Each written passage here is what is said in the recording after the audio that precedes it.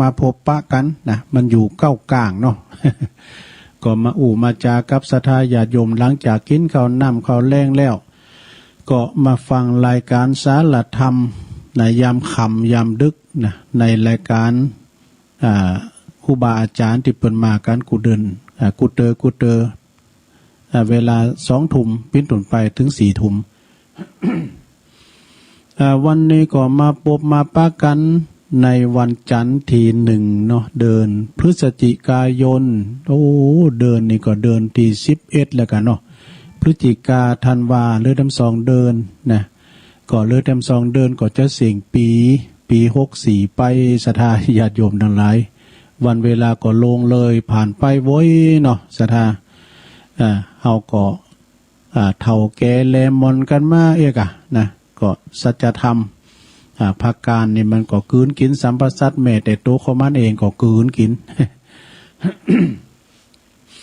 ก็วันนี้ซึ่งก็เป็นวันที่1เปิดประเทศตัวเนาะศรัทธาเฮาก็อินดูปอกาในคล้ายเปิ้นก็จะได้กาในคล้ายพองแต่ก็กันกองขัดกรองดีๆเนาะศรัทธาจะไปประมาทกันยุคในสมัยนี้ก็ขอพอก้อยดูแลใจใส่โต๊ะเก่าไผมันเนอะไปไหนมาไหนก็จะไม่ลืมแมทใส่จมูกหูดังกังกาไว้ดีๆเนาะเจียวล้างมือกากินห่อนจอนกลางล้างไม้ล้างมืออีน่ะเนาะด้วยความปิ้นโหงเนอะโยมเนอะปิ้นโหงเปิ้นก็โกเฮาก็โกเปิ้นมันไหววางใจกันบ่ได้ ยิ่งมันมาใหม่นี่ซ้ำให้เนาะอันนั้นก็ขอปิ้นโหงปิ้นใจกับศรัทธาเนอะระมัดระวังโรคภัยไข้เจ็บไว้ก่อนที่จะกันต่อไปตุลุงเกาะจะได้เอ่ยมาตังสถานีวิทยุเนาะที่เปิดรับสัญญาณในรายการธรรมะภาคกลางคืนช่วงเวลา 20 นาฬิกาถึง 22 นาฬิกาก็มีดังต่อไปนี้เนอะสถานีวิทยุดอยหมอกเรดิโออำเภอเวียงป่าเป้านะจังหวัดเชียงราย FM 103.50 เมกะเฮิรตซ์เนอะสถานีวิทยุเมืองพานเรดิโออำเภอพานจังหวัดเชียงราย FM 99.25 เมกะเฮิรตซ์เนอะสถานีวิทยุคนรักพะเยาอำเภอเมืองจังหวัดพะเยา FM 106.75 เมกะเฮิรตซ์เนอะสถานีวิทยุเมืองปานเรดิโออำเภอเมืองปานจังหวัดลำปาง FM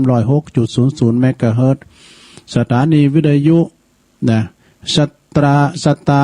เรดิโออำเภอเมืองจังหวัดลำปางเนอะFM 101.25 เมกะเฮิรตซ์ สถานีวิทยุบ้านแป้นเรดิโออำเภอเมืองจังหวัดลำพูน FM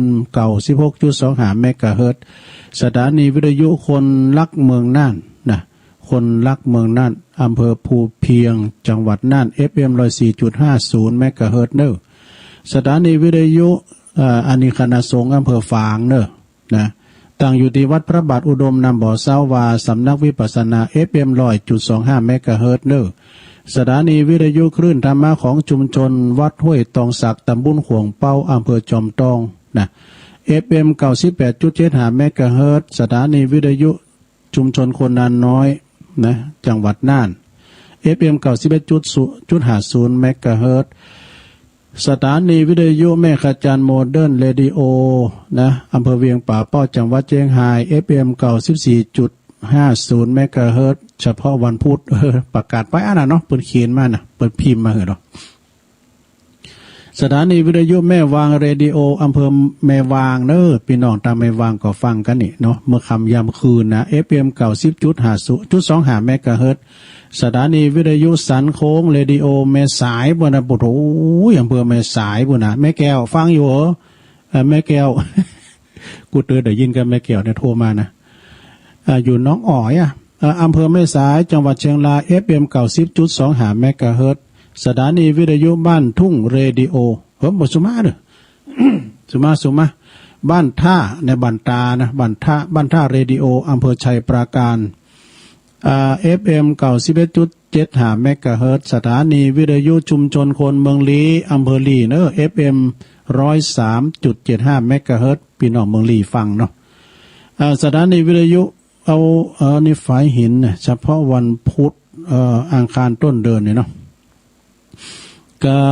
สถานีวิทยุวัดฝายหิน FM 104.50 เมกะเฮิรตซ์เนอะ สถานีวิทยุมนต์เสียงธรรมวัดบุพารามแม่แจ่มบนนี้นะ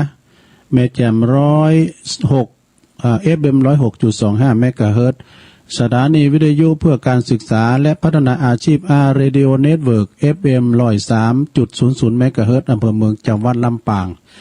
สถานีที่19สถานีสุดท้ายสถานีเรดิโอเน็ตเวิร์ก FM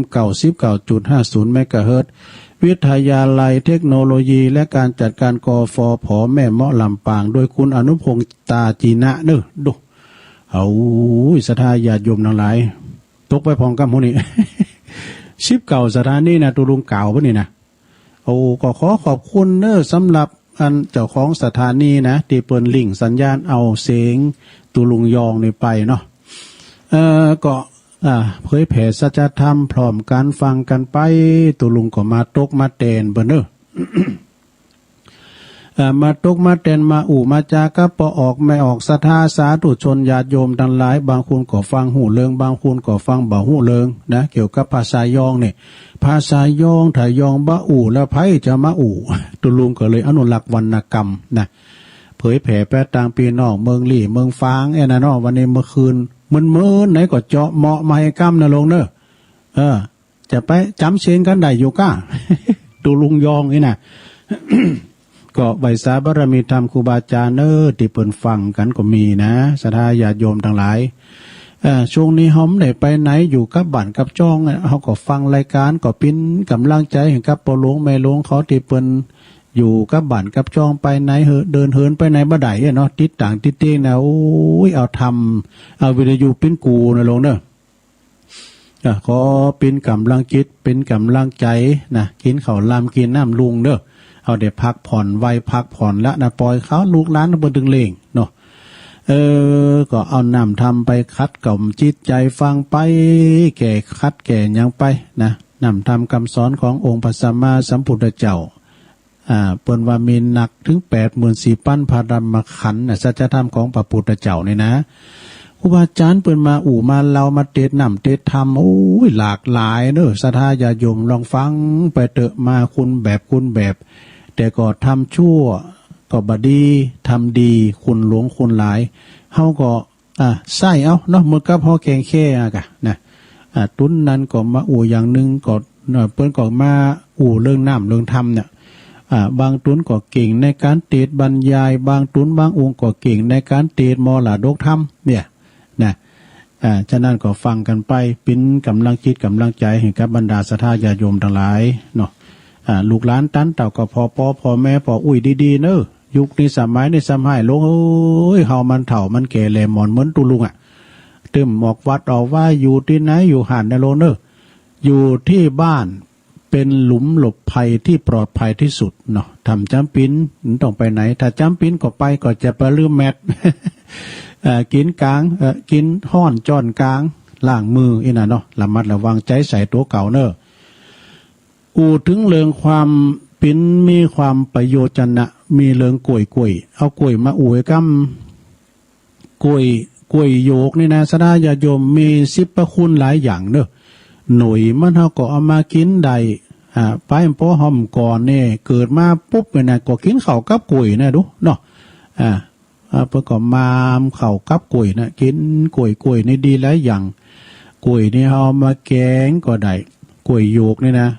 โหกล้วยเนาเนี่ยเฮามาใส่เฮือนมาจะดีแหละโลใส่เฮือนมาก็นะโอ้3 วัน 4 วันบ่โดนคูณหมายปูละกาบกล้วยก็เอามาแป้งได้หลายอย่าง แล้วมีการไม่งานเราไปทำปอจานเนาะทำปอลามก็ไปแป้งงานสัตว์ตรงน่ะเอากาบกล้วยมาฮักปุ้นไม่เสียบก็ได้เป็นสัตว์ตรงละเป็นสัตว์ตรงละนะแล้วก็แป้งเต่าตังสีก็ตัดเป็นกล่อมไม่แต่งหันแต่นี่ก็เดียวเป็นเต่าตังสีแล้วแต่เอาจอเขาปักกล้ามยังก็เอามาแกงก่อนลำที่ดีไปกว่านั้นแถมเปิ้นเอามาแป้งตุ่นผ้าป่าตุ่นผ้าป่านี่ก็ดีแต่เนอะมันง่ายมันปักง่ายหรือตุ่นข่าหัวแป้งนั่นอยู่นะแต่ว่าอันตุ่นผ้าป่าเนี่ยตัดตุ่นกล้วยไม้แล้วเปิ้นแป้งกุมมาเนี่ยกุมตังตีนเห็นมันตั้งไอ้น่ะ เอากุมอย่างไรก็เอาทรายก็ใส่ทั้งเหลืองก็เอากล้วยก็จอมมากะไอ้กะเนาะปักตุ่นกล้วยอันนี้เอามาปิ้นตุ่นผ่าปลาปักแบง แล้วก็เปิ้นมาเต็กกลุ่มห้องก้าเนี่ยเปิ้นจัดหวานเก่าเข่ากาเนี่ยเปิ้นถึงมันเป่งได้เอาขอซับก่อนลากว่านี้นี่แล้วก็ได้ใจหลายอย่างสำหรับเอาตองมันเนี่ยเอามาหนีดดูตองกุยแห้งนั่นก่อนนี่ดูมุดีนะตองกุย โอ้มันมีสรรพคุณหลายอย่างนะกุยเนี่ยเป็นอาหารลิงก็ได้อาหารคนก็ได้นะสำหรับกล้วย ในว่าเมื่อมาแล้วสดาญาโยมทั้งหลายเนาะตัวลุงก็ยิบเอาหนังสือที่เปิ้นเขียนลิ่นนี่นะของเมตตาบารมีธรรมหลวงปู่ตุลุงวัดเนอะท่านพระครูพิทักษ์ธรรมากรเนี่ยเปิ้นแจกหนังสือไว้ก็เป็นเรื่องตีนาที่ว่าเฮาฟังแล้วก็สุมาเนอะอู่กับเรื่องขี่นะขี่ต่างๆมันมีหลายขี่ซะถ้าลองฟังบ่เนี่ยบทมีเป็น30ปุ่นน่ะ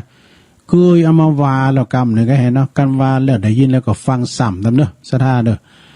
อันนี้นี่เฮาลองเอามาวาพอนะมันจะมีอย่างพองตุลุงขี่ลิ่นขี่ลักขี่โลบขี่หลอกขี่ลับขี่ลบเนี่ย ขี่หลงขี่ลืมขี่ลุ่มขี่เหล่าโอ้โหไอ้ขี่อู่ขี่ชกขี่โกงขี่ซอขี่แอลขี่วอก สุมาเด้อ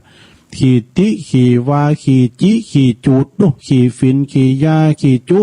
ขี่จมขี่แจงขี่ด่า มันจะมีอาการอธิบายนะโรเดอร์ขี่เมาเนี่ยแล้วก็ยังมีอย่างหลายทำอยู่เริ่มขี่ข้านนี่ขี่โคดขี่อ่างขี่อวดขี่อ่อนขี่โอขี่ยืมขี่ขอดูโอ้หลายนะหลวงเนอ ขี่โมนี่นะตั้งทันประครูปนว่าขี่ตั้งร้านนี่มันนึกพอแล้วนี่ก็บ้าไขดีนะขี่ตั้งร้านต่างๆนี่เนาะนะมีหลายๆอย่างทุกอย่างที่กล่าวมานี่ปิ้นขี่ตีบดีทางนั่นวะนะขี่ตีบางตีขี่บางอย่างนี่พอที่จะแก้ไขได้เนอะแต่บางอย่างก็บ่สามารถที่จะแก้ไขได้เช่นว่าขี่ที่หนึ่งขี่เล่นนี่ขี่เล่นนี่นะมี2ลักษณะเนอะคือขี่เล่นการพนันหนึ่งแล้วก็เล่นตลกขนองอู่เล่นทำเล่นเป็นต้นเนาะนี่การขี่การพนันนี่นักเกเหมือนกันนะลงเนอขี่การพนันในเปิ้นว่าก็พอที่จะมีทางแก้ไขได้อยู่ในเมื่อลิ่นแล้วเฮาได้คำหนึ่งถึงโตดแล้วก็ประสบกับความหายนะอีนะของตนเองก็จะสามารถที่จะหลุดละเลิกไปได้นะครับนี่ฮะถึงลิ่นทำซ้ำแล้วบ่เฮ้ยนะเหตุการณ์ในโหดำโหดแดงเนี่ยเอามาหม่อมแจเข้าไปในเรื่องที่บ่อนนะหมดเนี่ยนะลิ่นทำซ้ำแล้วถึงวันที่1ก็เอาอยู่ อันนี้เป็นการลิ่นการผันนันในสถานเนาะการผันนันนี่บัดนี้สักอย่างตัวลุงทองเปิ้นว่าดอกก็ต้องให้ลิ่นได้นี่มีอย่างเดียวน่ะยื้อโกง วงการผันนันเนี่ยมันมีการโกงกันนะหลวงเนอะเอามาแห้มดีนะเอามากำหังกำมีเขานั่นน่ะเนาะข้อที่2นะลิ่นตลกขนองนี่ก็เป็นนิสัยของคุณบางคนที่ซึ่งเมียนปกติลาเริงนะคือเป็นคุณบ่เขตบ่ถือเป็นจริงเป็นจังในเรื่องนั้นๆอุปนิสัยก็สอบตลกขนองไปนะมีความบ่มีความตุกอยู่ในใจก็บ่ค่อยจะมีโตดหยังหนักนั่นแล้วก็หากว่าผู้อื่นเข้าใจเพิ่นนี่นะเนาะมันขี้ลิ่นขี้ตลก ข้อที่2ขี้ลักขโมยในเน็ตเนอะสถานขี้ลักขโมยเนี่ยมันค่อยดีนะเน็ตติดตั้งดีพุ่นน่ะขี้ลักขี้ขโมยมัน1ในศีลหาเนาะขี้ลักนี่หยังน่ะมุสาก็มันใช่ก็ขอใดเด็กหญิงวนตอบสิขี้ลักเนี่ยอยู่ในข้อใด ขี้ลักขี้ขโมยขี้ประเภทนี้อันตรายซะนะอันตรายอย่างใดมีตัวถึงติดขอกติดตารางเนอะนะมันจะลากดูมันติดมือมามันได้นี่ มันเทงเมื่อคืนนะได้ก็ของกลางมันกำไว้แล้วหากเป็นปกตินิสัย บ่สามารถจะเลือกได้นะมันเป็นนิสัยมาขีเม็ดคำว่าเม็ดเนี่ยเข้าใจหรอเม็ดนี่ก็คือว่าหลักเม็ดออกมาเนี่ยนับเป็นอันตรายอย่างยิ่งแต่หากว่าปัจจัยเป็นปัจจัยอุปนิสัยหรือว่าเรียกว่าสันดานเดิมเนาะมีเหตุหรือว่ามีความจำเป็นหรือว่าพักโพกเปิ้นลากไปบ่เอาไปขโมยบ้านนั้นบ่เสียทีเนี่ยนะก็สามารถที่จะแก้ไขได้คือว่าใจเปิ้นไปทางขโมยแต่ว่าพักโพกลากไปด้วยกันบ่เป็นกูกันเนี่ยจำเป็นจำใจต้องไปเนาะอันนี้เรื่องขี้ขโมยขี้ลักขี้ขโมยนะขโมยเขาขโมยของเดี๋ยวนี้ขโมยขโจรหนักนะลงเนอะมีมยังเฮยังหายไปเอาไว้เฮเนอะเพราะว่าบ้านกันเมืองยากนะเขาของเงินคำให้เข็มก่อนละมัดระวังยิงว่าเปิ้นมาขายโคกาขายโคแปะอีน่ะไปมาเจอไปเอานะลงเนอะว่ายุคนี้สมัยนี้นะอันนั้นไม่หลวงอันเนี่ยอันหลานเอาสบู่มาขายหอมล่ะลองดมหมดแล้วดมสูตรก็เดินยุบยับดูฮะนะสลบไปเลยนะมียาสลบโลกตอนนั้นมันก็ยกเอากะต่อไปข้อที่3ขีโลบเนอะอันนี้ก็นักแก่เหมือนกันเนอะขีโลบนี่นะ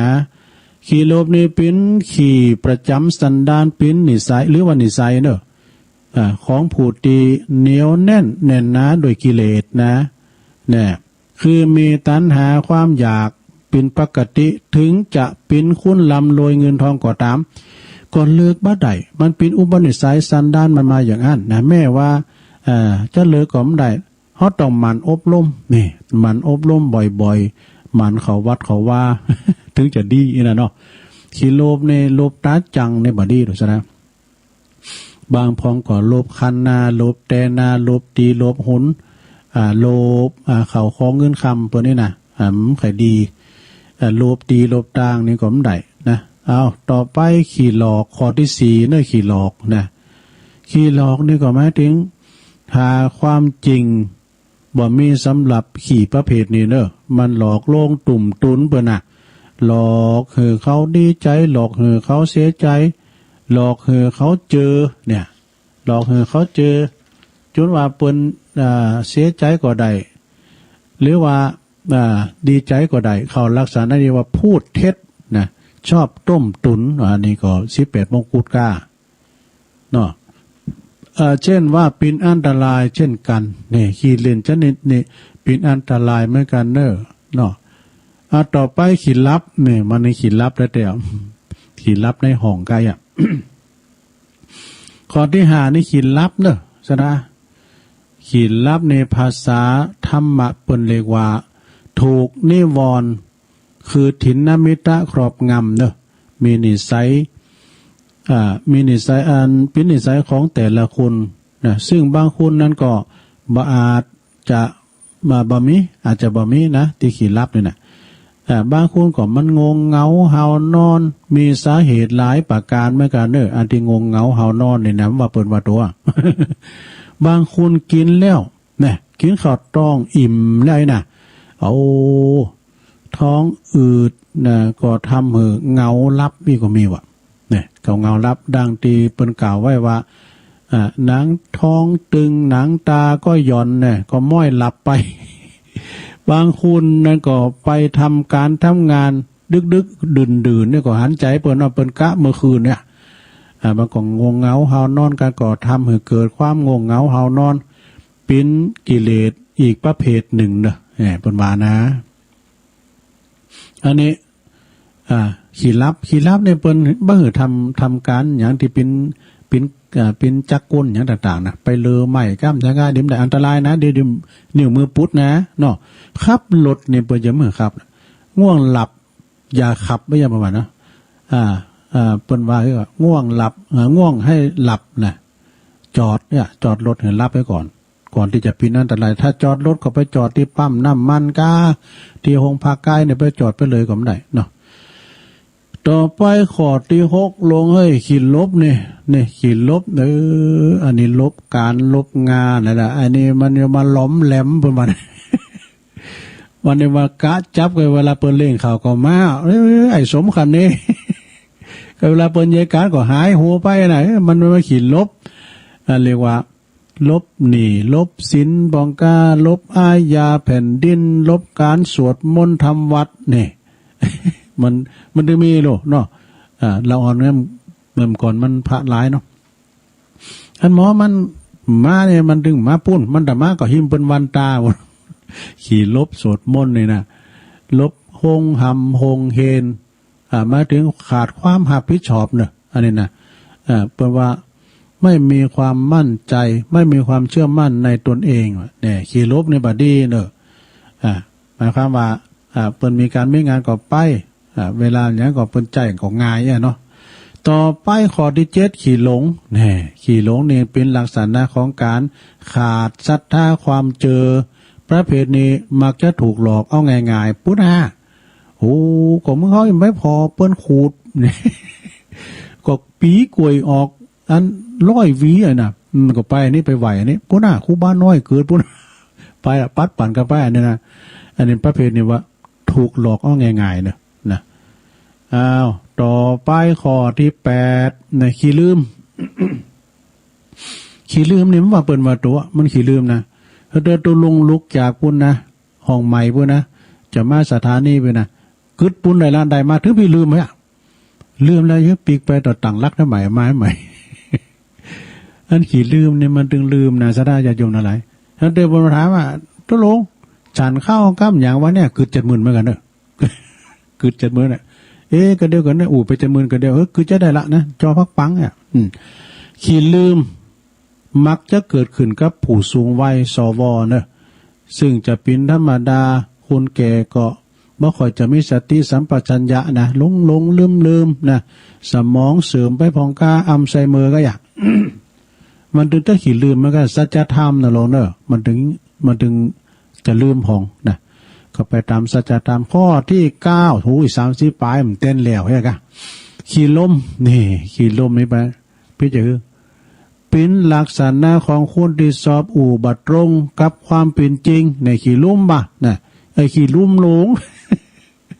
3 คู่ได้เปิกมันด้วยเว้ยอันนี้เข้าใจหลงคำว่า3คือได้3คู่ผู้จักคู่คู่ได้บนตีเข่านะหลง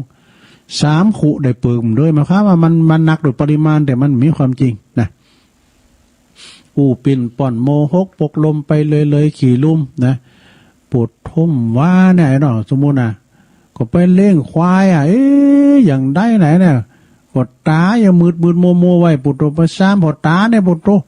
เหลือผักเดียวเนี่ยปวดตัวปีกไปพอเนี่ยเพื่อว่าน้ำไผ่ก้องแบบอันหอยเนี่ยแผลเป็นหยาบขี้ลุ่มได้อย่างลุงทองมือก่อนอันหมาเนี่ยมันโศกอันเอาไว้ตำถูกมันเอาไว้ตำถูกตอนะมันลายบุบ้ามเนาะ ลูกโซ่มา4 ตัวมันดึงพอรู้พอเต่าเอาตนาเป็นไปเตี้ยลูกมัน4 ตัวแล้วบุตรตายย่ำแตกเห่าด้วยแม่มันงงไงขี่ลุ่มเสียงเตี้ยเนาะก็ลูกมันในตาย่ำแตกเดี๋ยวนี้เนาะเอาบางที่มันมานหนูม้าแม่นั่นน่ะอันลายบุบ้ามนี่ เอาไว้ตามถูกตอเนี่ยลูกโซ่มา4 ตัวมันดึงพอรู้พอเต่าเอาตนาเป็นไปเตี้ยโศกพันมันโศกหรอลูกมันก็เหมือนกันว่าปวดลูกมันก็เจอแม่ก็ว่าออกจากต้องแม่มาแล้วปวดตายย่ำเต้นแตกได้เห่าด้วยแม่มันเป็นหลุบสมาเนี่ยอันนี้ตังนอกไหมต่อไปนะขี่ลุ่ม ขี่ลุ่มในลักษณะที่ว่าอูจาไม่ตรงกับความเป็นจริงเป็นเรื่องเสแสร้งแกงแต่งเอา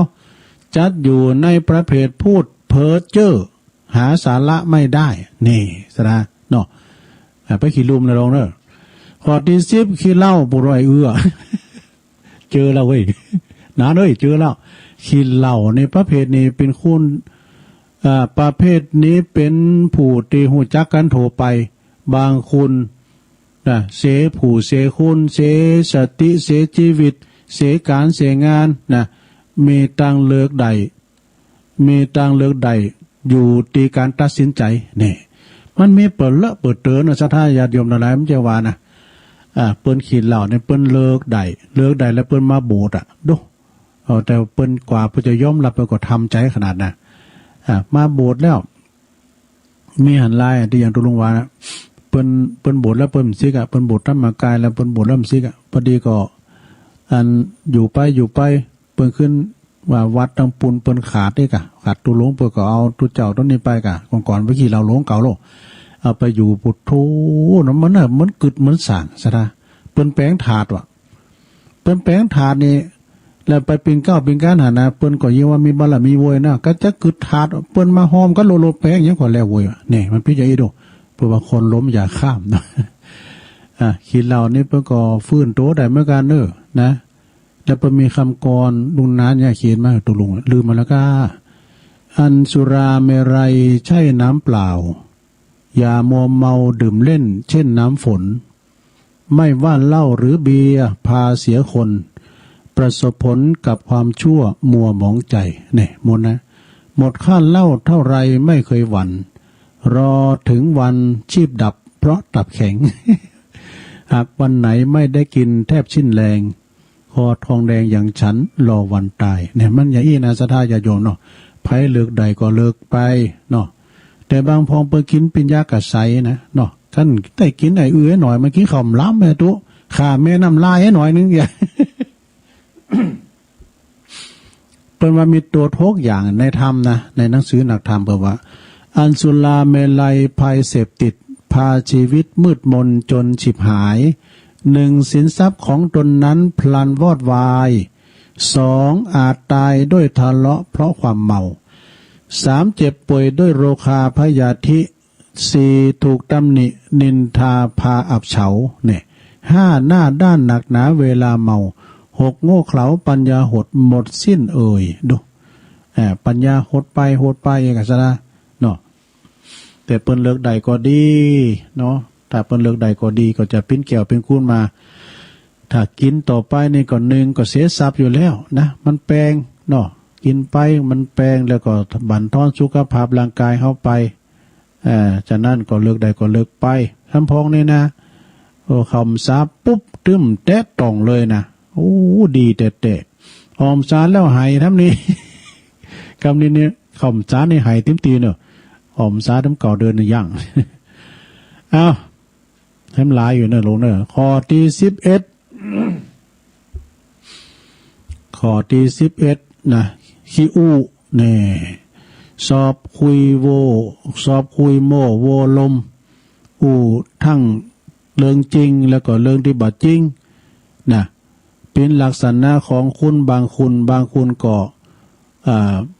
เป็นอันอดภัยนะได้เหมือนกันนะอดภัยก็หมายความว่าปากไปอู่ไปแล้วก็เป็นภัยกับปากเองอ่ะเนาะปากพาจนเนาะต่อไปข้อที่12ขี้ช้อขี้โกงประเภทนี้อันตรายเนี่ยขี้ช้อขี้โกงนี่นะอันตรายอย่างยิ่งประเภทชาติบ้านเมืองเดือดร้อนวุ่นวายขี่ประเภทนี้ภาษาโทรไปเปิ้นเรียกว่าคอร์รัปชันนี่ว่าเนาะคอร์รัปชันขี้ช้อขี้โกงปนนี้นะ ต่อไปข้อที่14ลงรับไปแล้วก้าข้อที่14พี่น้องตามเมืองฟางก็ฟังอยู่นอกเมืองลี่ก็ฟังอยู่นะมึนๆได้แต่มาแมนมาให้เตอเนี่ยเปิ้นถึงมาเปลี่ยนเปิ้นนี่ มาเตนเปิ้นฟ้าห้องกระลึงนำเจ้านั้นนึงว่ามันได้จัดรายการได้ไงเนาะวิทยุตังไฟตังงานบ้านตังจอมต้องนี่ก็ดักไปกำหนึ่งลมเจ้านะดักไปกำเดี๋ยวนี้ดังละเนาะข้อที่14ขี้ซอเนอะ ขี้ซอนี่ก็หมายถึงประจบสอพลอ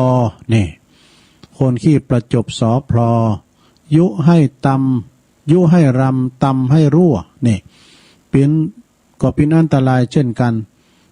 สร้างความแตกแยกสามัคคีนี่ก็คือขี้ประเภทนี่แหละนะอันนี้สร้างความแตกแยกได้ขี้ซอนี่นะไปซอเหือนคุณนั้นไปอู่ซอคือคุณนั้นเนี่ยคือไปเป่าไปบอกคือเปิ้นนี่กะ ไปอู่ซอเปิ้นแบบเป็นความจริงอันเนี่ยไปสอนแล้วก็คุณที่เปิ้นฟังแล้วก็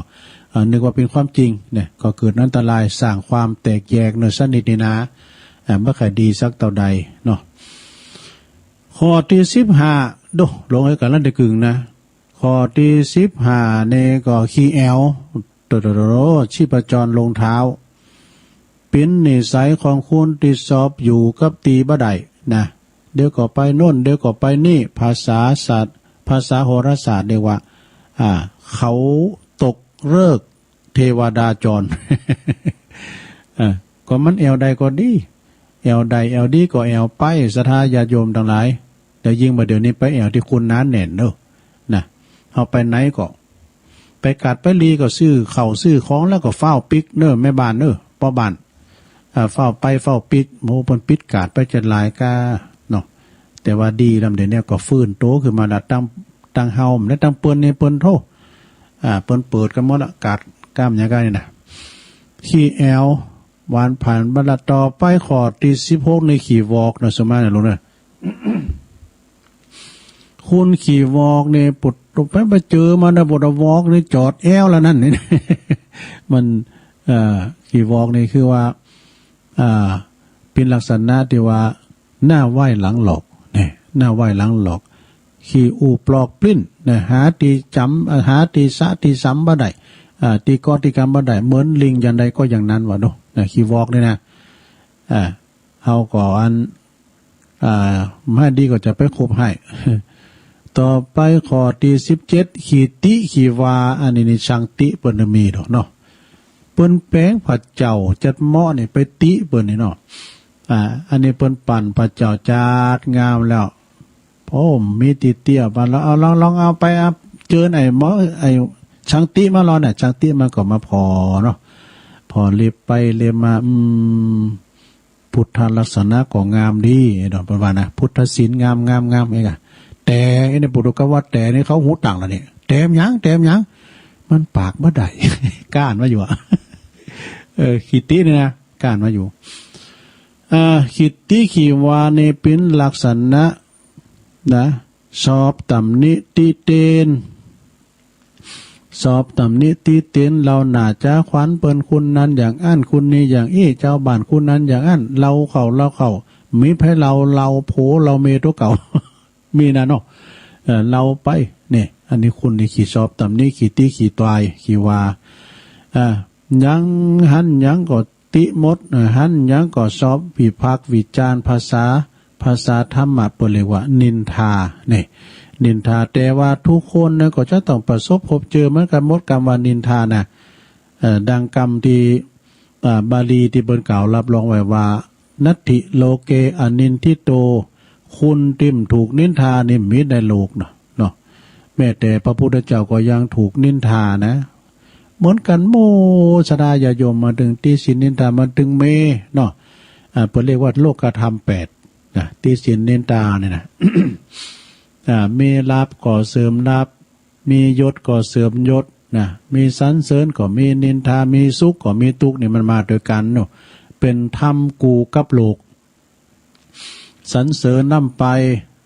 บางคนก็มันจะมาสรรเสริญเฮายกยอต่อฝ่ายเฮาเนาะเป็นสรรเสริญโอ้ดีอย่างนั้นดีอย่างนี้เฮาก็ดีใจเนี่ยเป็นอย่างนี้ดอกก็เรียกว่ามันมาติเฮาใจเฮาก็ตกลงไปเนี่ยมันเป็นอย่างนี้ดอกคำสรรเสริญนินทานี่ก็มีเหมือนกันนะมีผลเหมือนกันเนอะแต่บางคนในหูนักไว้มันต้องไปฟังนี่นะต้องไปฟังคำติเตียนนินทาอย่างตุลุงเราเรื่องกบตาบอดหูโหนกปิ้นใบน้ำต่างหากนะเปิ้นแข่งขันนะกบตัวใดมันจะขึ้นไปได้หันขึ้นถึงปลายยอดปูนี่นะหมุนนั้นขึ้นก็ตกหมุนนั้นขึ้นก็ตกเปิ้นเซนะก็เซมขึ้นกบตัวหนึ่งขึ้นไปถึงปลายเปิ้นเซกันมันก็ได้ยินไปว่ามันเป็นกบใบหูก็ได้ยินปิ้นใบน้ำต่างหาก อันนี้มันครับว่ามันเจอหมันในตัวเก่ามันต้องเจอคูณเชละมันจะเชไปจะหืมหัวไอ้น่ะเจอหมันในโต๊ะเก่าของมันเนี่ยเหมือนกับเนี่ยคูณติสินนินตาเนี่ยนะคูณเปิ้นติเฮาในสนเตเปิ้นก็ติตั้งดีเปิ้นก็ติตั้งถูกตักเดินเนี่ยนะเนาะแต่ว่าคูณติใดใกล้คือเซก็มีนะสถานเนาะเอาผ่านไปต่อไปข้อที่18ขีจิขีจูด อยู่ไหนมันเป็นสุบ่ขีจิขีจูดเพิ่นสะดุ้งให้น่ะนี่เป็นลักษณะของคนที่อยู่บ่เป็นสุขจ เพราะว่าจำนี่จิหันนี่นะจิจูด้วยกะชอบยุแยงแต่แข่งรัวอันนี้ก็เหมือนก่อไฟเหมือนก่อเจือเพลิงเจือไฟนี่ก็มันดีเหมือนกันเนอะมันก็ดีเหมือนกันเนอะจิจูดปนนี้นะ ยุให้ลำตำให้รั่วนะต่อไปขอที่19ลงเอ้ยเวลาเหลือหลายอยู่เนี่ยพุทโธเวลาเหลือจัดหลายแล้วลงการจบนี่เดี๋ยวยังมาวานั่นแหละไม่ได้ตั้งตูนะ ข้อที่19ขี่ฟินขี่ยาเอาแล้วปวดตัวประเภทในปีนอันตรายมากสังคมประเภทชาติเดินล่อนก็คุณประเภทนี้นะขี่ฟินขี่ยาเนาะต่อไปข้อที่20ขี่จุ ขี่จุมาน้อยขึ้นด้อยนะเนาะจุเปิ้นเฮเสใบเสของขี่จุในมุสาเนาะขี่จุหนึ่งในข้อ5เนาะข้อมุสาขี่จุเปิ้นตกเบเสของเนี่ยนะหมายถึงมีนิสัยบ่ตรงกับความเป็นจริงโกหกปดเฮ็ดเช่นหันก็ว่าบ่หันฮู้ก็บอกว่าบ่ฮู้นะอย่างนี้เป็นต้นเนาะขี้จุเปิ้นอันนี้เป็นข้อที่20ต่อไปก็เป็นข้อที่21เนอะสถาไก่ความจริงจะจบแล้วนะ ไก่ความจริงจะจบแล้วข้อที่21ขี้จุ่มขี้แจ้งขี้ดาปุดโตอันนี้เนี่ยมันถึงมีเหมือนกันหมดนะเนอะว่าเปิ้นว่าตัวตุลุงเอาเขาจุ่มมือโตเก่าอ่ะ แจงเงินโตเก่าแจงน้ำแจงจุ่มมือโตเก่าก็มันยังมาขี่ลืมจี้ เราเดินในแวนตาก้างอยู่หน้าผากนี่มันซอหาในบุตรหน้าพอใบเป็นว่าก้างอยู่หน้าผากเนี่ยอันจึงมีดูเนาะขี่จุ่มขี่แจงขี่ดาอันนี้คุณประเภทนี้มักจะเกิดขึ้นกับคนที่สูงวัยสวทำแล้วประจำจิตเพราะจิตใจไม่ปล่อยวางให้พองในโลกเนอะปล่อยวางให้พองก็ปิ้นตุกคุณเถ่าเฮานะปอหลงแม่หลงปอหมอนแม่หมอนในปันปิ้นโหงลูกหลานน่ะสำเตอก็ปอแม่ก็ตามเด้อลูกหลานเนี่ยไปเอวที่ไหนมาเยี่ยมหู้จักปีกจักปอกไปการไปงานปอดึกปอเดินลูกเต่าของเปิ้นก็มากันหมดลูกเฮาเยี่ยมมาเต็มเดียวปวดหมอนนะโหเกิดในใจแล้วดอกตึมปิ้นลับปิ้นนอนเวลาว่าอันลูกเปิ้นมาปุ๊บเนี่ยเจ๋งจะได้รับขอนอนได้ยินเสียงรถเครื่องลูกเข้ามาก็ดีใจเนี่ยเด็กก็ขี่จุ่มขี่แจ้งขี่ดาลูกเต่าอันจุ่มแจ้งลูกเต่าก็ดีเหมือนกันเนี่ยมันจะเกิดขึ้นกับคนสูงวัยต่อไปข้อที่22ละลงเลยขี่เมา ขี่เมานี่เป็นอย่างไรให้ลงภาษาธรรมะเปิ้นเรียกว่าอวิชชาเนี่ยความหลงนะความหลงหมายถึงความบ่ฮู้ตามความเป็นจริงเนี่ยความอวิชชาเนี่ยนะความใบ้บอดความไม่รู้ความเป็นจริงปิ้นคุณหูเบาเจอฟังคุณง่ายนี่ขี่เมาเนี่ยนะเปิ้นจุเปิ้นหลอกได้ง่ายนะคุณขี่เมาเนี่ยต่อไปอันนี้ก็ข้อที่23ขี้ข้านปุถุคุณสัพพะเพศเนี่ยนะไปอยู่ที่ไหนไผก็ถึงไข่เอาเนอะว่าไปในไปนอกเก่งยังมาพองเพิ่นถามอยู่ที่ไหนอายุต่อใดเห็นจบยังนักธรรมชั้นยังได้ซักยังสูตรมนต์ใดก็ได้กุมาเนี่ยนี่นะ แต่ว่ามันหมันนี่เนาะลูกม้ามเจ้าไม่กวาดได้เห็นไปปีนั้นเมื่อนั้นมันกวาดวัดกว่าคดีไปอย่างเนี่ยปฏิบัติปูชานะถึงแม้ว่ามันได้กรรมอย่างแต่ว่าก็ตามเด้อ แม่หลวงก็ว่าไหนแม่ก็จะไปอันนอนวัดดำใดอย่างนี้ตัวนะก็ไปปิ้นอย่างก็ไปปฏิบัติปูชาแม่ไปกวาดเต้าทั้งสีกวาดวัดกว่าว่าถ้าได้บุญก็กดใดกำแล้วกะ5 ละโจ5 ละจาง5 ละนาง5 ละติก็กวาดเพราะเรามันมดมันใหม่เนาะมันได้ตั้งหนึ่งก็ได้ตั้งหนึ่งพองก็ปฏิบัติดีแต่โธ่ปุถุกังโขงแก้วในมีการขี่เยอะขี่ยาก็ไม่แพ้กวาดเนี่ยแล้วไอ้แม่เนี่ยมันได้ยังก็เปื้อนลูกมาก็มากวาดก็มันมดมันใหม่ดูก็ได้บุญน้ำต่อ เนาะอ้าวขี้ข้านประเภทนี่ไปอยู่กับไผก็ถึงสอบเนอะ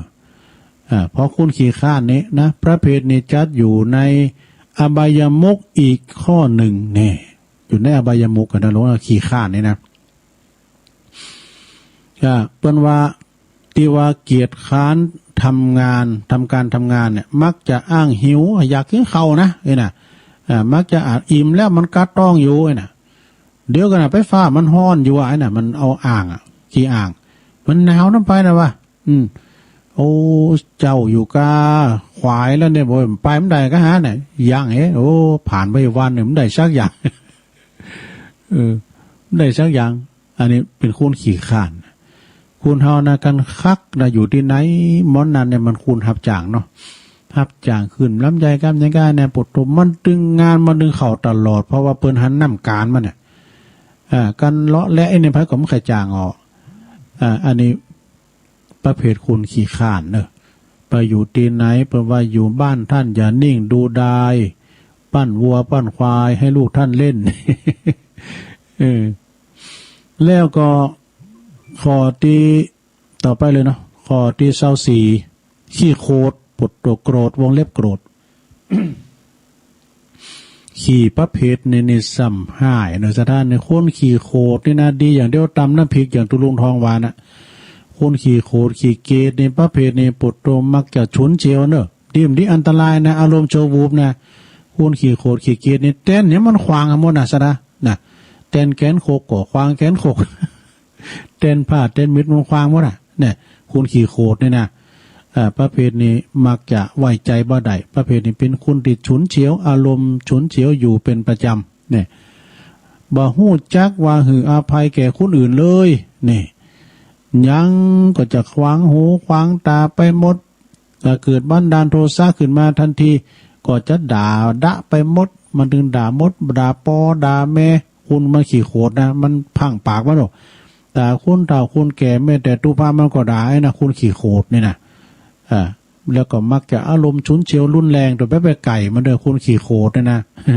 คุณขี่โคตรมักเสียของอย่าเปิ่นว่าเนาะ ต่อไปข้อที่25ลงข้อที่25คุณขี่อ่างนี่อ่างจะได้มันเป็นนิสัยของคุณอีกพวกหนึ่งเนี่ยมักจะอ้างโน่นอ้างนี่อ้างโน่นอ้างนี่อ้างเจ็บต้องพองอ้างปวดพองอ้างห้อนพองอ้างหนาวพองอ้างลูกอ้างหลานนี่อ้างไปเสียทุกอย่างนี่แล้วก็แต่สาเหตุที่จะอ้างอันนี้คุณขี้อ้างนะอีหล่าเขาก็มาด้วยเนี่ยโอ้อีหล่าเขาก็ปล่อยแม่เขาก็ปากมองต้องแห้งเดินจีปีใหม่ก็มัดตานก็เข่า หำบะนี้ก่อนลูกเต่าเราล้านเปิ้นมาตานก็เข่าเปิ้นลูกกรุงเทพกรุงนามาเปิ้นเอาสตุ้งสตามาหือปอหือแม่ไหนอีหล่าเขาอย่ามาเนี่ยขี้อ่างขี้อวดต่อไปขอที่26เลยลงเอ้ย ขี้อวดนะคือเป็นอีกประเภทหนึ่งมักจะโฆษณาอวดอ่างสรรพคุณต่างๆโอ้ยลูกหลานอวดลูกอวดหลานเนี่ยอวดตัวเองอวดว่าเขาได้ทำงานปวดเป็นไอเมนกันเนี่ยทำงานอยู่ออฟฟิศทำงานโอ้เงินเดือนมันหมื่นปลายกันเนี่ยล่าเอ็มเขา เงินเดือนมันจะสูงไหนเนาะอวดเป็นน้องเจ้าบ้านอวดลูกอวดหลานอวดทำงานดีเฮนเก่งก็นะแต่มันดีแต่ก็ดีเหมือนกันนะมันจะว่าสิบคุณมีแล้วมาโอ้ด้วยก็ไม่ใครปึงเนอะต่อไปข้อที่27ขี้อ้อนนี่เป็นจะได้ขี้อ่อนนะเป็นลักษณะที่อยากให้คนอื่นเอาอกเอาใจนี่เจ็บนิดเจ็บหน่อยก็โตออดอ่อนทำเป็นใหญ่โตเล็กลองความสนใจเนี่ยลงเลยฟังเนอะเจ็บผ่านหน่อยเจ็บนิดหน่อยเล็กลองความสนใจเขาอย่ามาผอยแม่เอาแม่ไปหงยุกหงยาเนาะออดอ่อน สั่งความเลืองหน่อยปิ้นเลืองใหญ่ต่อไปข้อที่28เหลือแถม3ข้อตึก30ข้อนะลงเนอะสุดท้ายนะ ขี่โอนี่หรอขี่โอนี่ก็มักจะประสบสอพลอเนี่ยขี่โอนะมักประจบสอพลอเอาใจลูกเอาใจหลานจุนป่าเสผู้เสคุณก็มีเนี่ยแต่กันเนาะศรัทธาญาติโยมทั้งหลายจะไปตัวใจลูกหลานลำปายก็กันเขาเห็นเก่งก็ดีกะกันเห็นเก่งกันเห็นจบหนังสือโลกเครื่องกันเนอะเนี่ยก็มันเห็นเก่งได้ก็ดีนะแต่บางคนก็ประจบสอพ่อแล้วก็เอาโอ้ใจตัวใจลูกตัวใจหลานเวลาเปิ่นใจเยกันอย่างบางคนเนี่ยซักผ้าซักโคย้ำจางนะเอาไว้ขนาดนี้แม้จะเยหือปล่อยเขาเยพอกันเนาะเขาได้ประสบการณ์พอเนาะต่อไปขอลองสุดท้ายขี่ยืมเนาะนี่ขี่ยืมนี่ขอที่เก่าขี่ยืมนี่มักจะของใจไม่ซ้อยต่างๆเนาะยืมยังบัดสอบแสวงหาของคนเดียวเมื่อมีการมีงานก็ไปยืมของเขามาใจโอ้จะจากอย่าไปยืมเขาบกมาบ่ะนี่จะฟันใหม่ไปยืมมุ้ยมาบ่ะทั้งตัวมีสักเตอจะเอาอันนั้นอันนี้ก็ยืมเปิดมาเป็นคุณปกติบักเกรงใจคุณอื่นเนอะบักเกรงอกเกรงใจคุณอื่นก็ทั้งเปิ้นมีทั้งตัวก็ต้องมีกะแล้วบางทีก็เป็นตินนักใจกับผู้ที่เหยยืมตัวยืมแล้วมันสูงขึ้นอ่ะ ยืมแล้วมันสูงขึ้นอ่ะนานปิญญาอันไปนะต่อไปเป็นข้อสุดท้ายข้อที่30นี่ของตุลุงวัดเนอนี่นะตุลุงวัดนี่เปิ้นอยู่ปุ้นวัดแม่แจ่มวัดบันแจ่มปุ่นนะพระครูพิทักษ์ธรรมากรเปิ้นแปลงหนังสือมาขอทานเนี่ยลงเนอะอันนี้นะข้อที่30ขี่ขอโอ้หนักเกนะคุณขี่ขอนี่นะไปตอนใดก็ขอก่อนนะตุลุงดูดบุหรี่เนาะก่อนสมัยก่อนนะสมัยนะผมว่านานเนี่ยมันดูดบุหรี่กับมันยิ่มปั้นมามาขอบุหรี่ยืมต่อแล้วอ่ะปู่ย่าก็ไม่ได้ยิ้มปั้นเอาไปใจขืนเนาะปู่ย่ามันเนี่ยมันเลี้ยงควายเอาปู่ย่ามาด้วยปั้นอร่อยอ่ะ ข้อที่30ในขี่คอนี่เป็นคุณอีกประเภทหนึ่งนะลงเนอะหันอ่านยังก็ซอบคอมักจะออกปากคอเปิ้นบ่หือก็ย่างแทบหน่อยนึงเนาะเปิ้นกาคอเฮาก็กาหือนะเป็นบางครั้งก็เป็นตีรำคาญของคนอื่นเหมือนกันเนอะเนี่ยการขี่คอก็ต้องพอพองนะเฮาเปิ้นมาคอเฮาพองเฮาเคยขอเปิ้นการขอกันได้เป็นซี่กันนี่ก็ไปอย่างนะการไปบันนั้นก็ขอไปบันนี้ก็ขอนี่ก็นักแก่เนอะตีกล่าวมานี่เป็นขี่ที่บ่ค่อยดีเนอะแต่บางอย่างก็เมื่อหูจักทางแก้ไขก็เป็นการดียิงเนี่ยขี่ดีๆมักจะเป็นดีเป็นอย่างเดียวนะขี่ดีจะหันมีแต่ขี่ผึ่งอย่างเดียวนี่แต่ขี่ผึ่งนี่เปิ้นไหวเปิ้นสากันรู้เนาะซะนะขี่ผึ่งนี่นะเปิ้นไหวเปิ้นสากันขี่ผึ่งก็ขี่ป๋ากันเนี่ยปโรขี่ป๋านี่นะมันคุ้มอย่ามออันนี้เป็นขี่ต่างๆในสดาเนี่ยก็ต้องเอามาเล่าสู่จู้กันฟังเห็นครับไม่รู้เขากับเป็นอันกรรมต่างๆเนาะก็เอามาเล่าสู่จู้กันฟังเห็นครับศรัทธาญาติโยมที่อยู่ตั้งบ้านตั้งจองกันเนาะแต่พี่น้องตั้งบ้านไก่ฟังกันหลายเพราะว่าเมื่อค่ำยามคืนเฮาก็ได้ฟังครูบาอาจารย์หลายตุนหลายองค์ช่วงเวลานี้สดาญาติโยมดันหลายถ้าว่าไกลไปไกลมาพี่น้องจะไปพะเยาเจียงไฮ้แม่สายเนาะลูกตังดอยสะเก็ดนี่ไปแต่ว่ากายดอยนางเกี่ยวนี่ไปแวะไปเวียนผอเนื้อลงเนอะขึ้นไปมันจะสูงนะวัดดีอันดอยนางเกี่ยวนะพระธาตุสีสองเมืองเนี่ยสดาเปิ้นแปลงปอตะเลี้ยวแล้วเนอะแล้วก็เปิ้นจะบรรจุพระธาตุแถมยกยอดชัดแถมด่าแถมงานหนึ่งอยู่แต่ว่าไปผ่านมานี่ถ้าว่าจะไปจุยเปิ้นนี่นะก็ไปอันนี้ได้ยินข่าวท่านอาจารย์พระครูอภิวัฒนวิกรมเปิ้นไลน์มาผูกเปิ้นในมนตุลุงไปแอวตัวผูกก็จะไปแอวเนอะจะไปแอวด้อยนางแก้วนะโอ้ยได้ขี่รถเก๋งมันละมน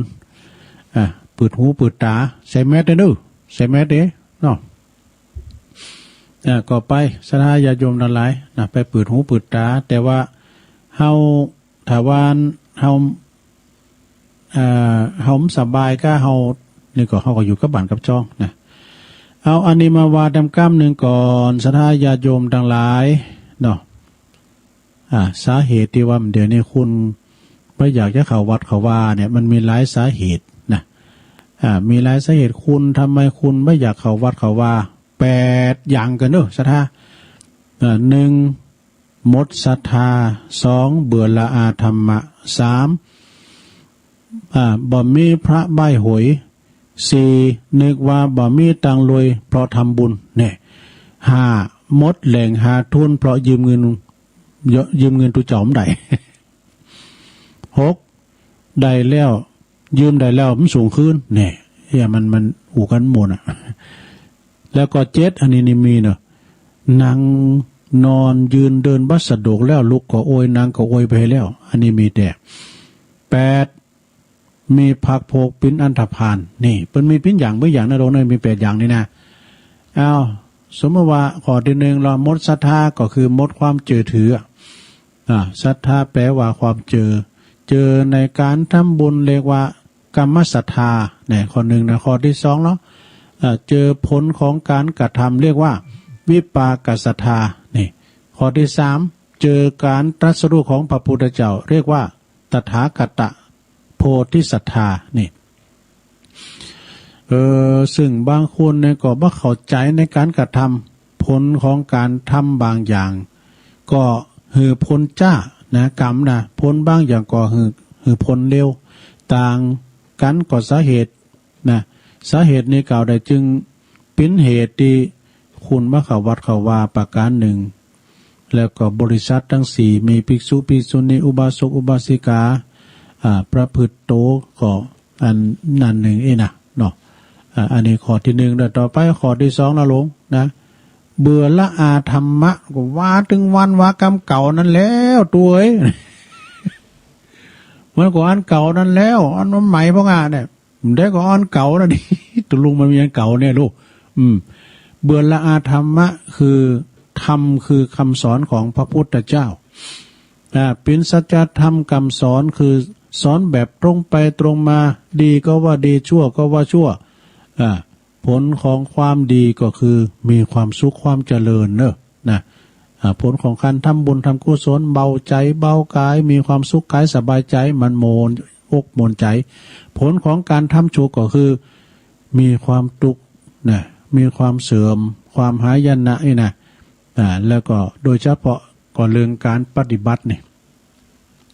การปฏิบัติก็ทุกคนนี่ก็จะต้องปฏิบัติอยู่เป็นประจำก็คือผู้ทุศีล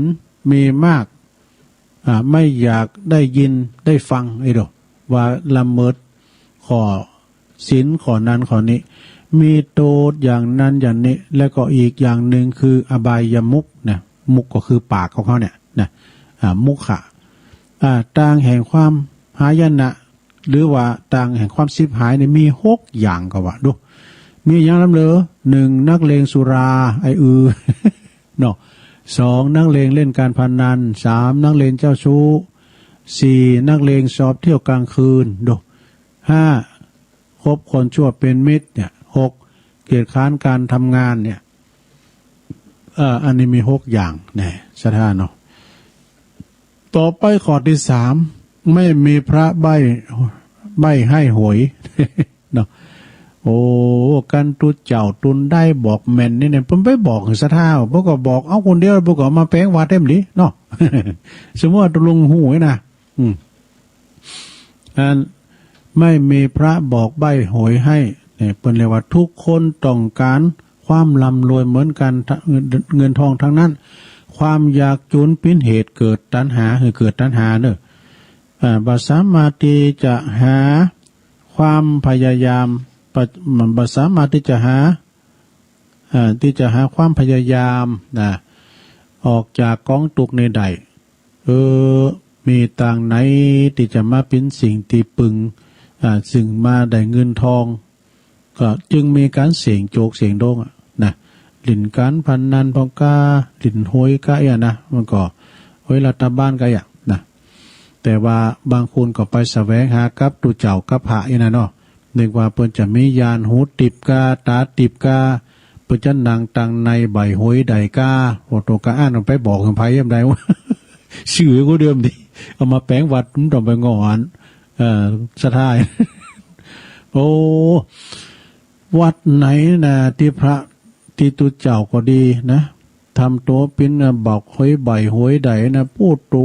ววัดในรถเนี่ยปวดโอ้รถจีบรถเก๋งเขานะเขาหน้าขนาดแหละไม่เรียกว่าหัวกระไดไม่เคยแห้งแต่หากวันใดที่มันบอกหวยบอกย้ำจางไงนะโอ้ก็บอกมีคุณเขาวัดสักต่อใด ปัจจุบันนี่ก็ยังมีนะส่วนมากนะเนาะแล้วข้อที่ 4แล้วลงเนาะดูกันแล้วแต่ชั่วโมงเดียวนะสถาตัวลุงเขามาตั้งเมื่อ7:00 ปลายนะดู7:00 ปลายก่อนพอดีว่าลองท่านพระครูว่าถ้าทำพร้อมแล้วก็เข้าเลยเนอะเข้าก่อนเวลาก็ได้เองก็เข้าไปแล้วก็ลองจัดเช็คคืนเช็คซ้ายว่ามีไฟโทรมาสักคุณ มาเปิดวิทยุดังงานหวยตองซักพิ้นว่าหวยตองซักบัดดังว่ะตอนนั้นนะเดี๋ยวนี้ดังแล้วเนอะเดี๋ยวนี้ดังแล้วต่อไปข้อที่ 4นะลงเนอะ ข้อที่ 4นึกว่าไม่มีทางรวยเพราะการทำบุญแม่ก็ทำบุญแต่บุญวายยบุญยำก้ำจู้ยำลำรวยกำแล้วมาคือว่าทำบุญเลยแต่ขอรวยในมันใจนะลงเนอะนะบุญเป็นธรรมชาติที่บริสุทธิ์สะอาดบุญเป็นธรรมชาติที่เกิดจากความสุขเนอะบุญเป็นธรรมชาติที่เกิดความเอิบอิ่มใจนะบุญเป็นธรรมชาติที่คัดเกลา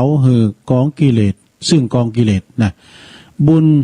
บาปินติมาแห่งความลำรวยในด่านวัตถุนะลงเนอะโอ้ยทำบุญเตะทำบุญวามาเยี่ยมมีอันกล้ามันจูนะเนาะตามความเข้าใจของเฮาใจว่าทำบุญเราจะลำจะรวยนะบางคนนี่เปิ้นลำรวยมาเพราะว่าบุญเปิ้นนุนมาแต่จัดแล้วปังหลังเนาะ